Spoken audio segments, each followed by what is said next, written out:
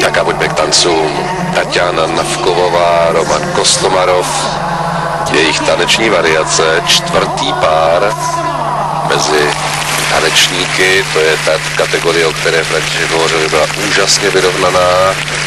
Navkovová s Kostomarovem, tihle Rusové, zůstali těsně před medailovými branami. Tak se na ně můžeme těšit.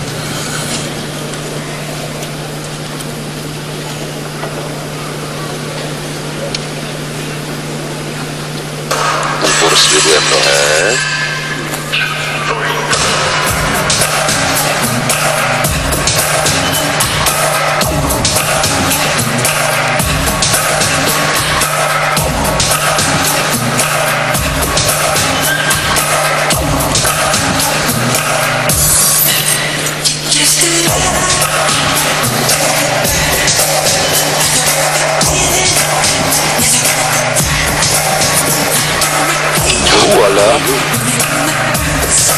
Ale zachraňovali to s noblesou.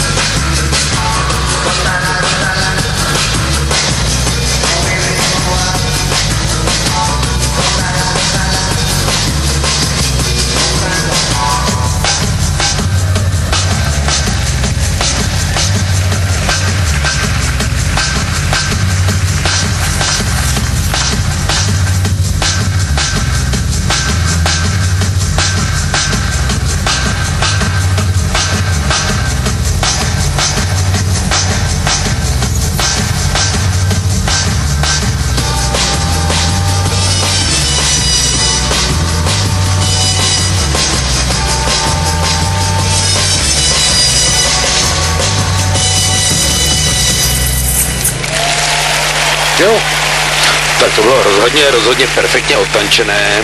To je opravdu pár, který takzvaně na to má. Myslím, že v příštím roce a těch dalších směrem k olympiádě to bude určitě pár, který bude útočit na té medailové posty.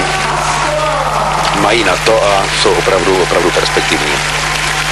Už tady ve Washingtonu jim k tomu moc nescházelo, aby stáli na bedně, no ale s dvojicí Navkovová Kostomarov vlastně se v těch párových disciplínách, párech ve sportních dvojicích a v tancích, objevil poslední pár, který nemá medaile, teď už přijde jedna individuální závodnice, Saša Kouhenová, která skončila na 4. místě, a pak už přijdou jenom medailisté.